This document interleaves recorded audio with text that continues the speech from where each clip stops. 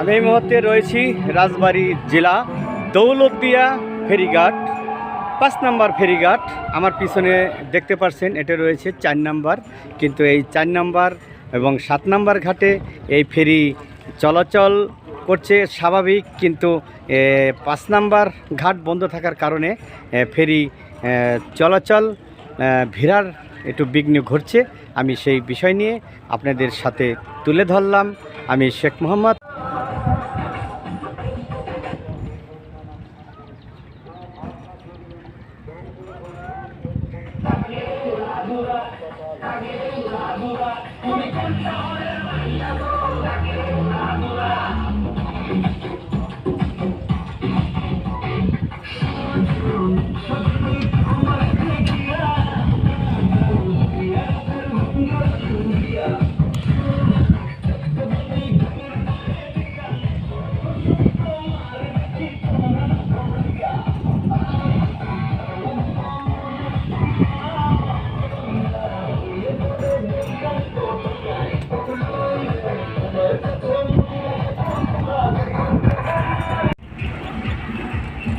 দৌলতদিয়া ঘাট থেকে এই ফেরি চলাচল স্বাভাবিক রয়েছে, কিন্তু আপনার 3টে পল্টন ফেরি চলাচল বন্ধ থাকলেও বাকি 3টে ঘাটে ফেরি চলাচল করছে।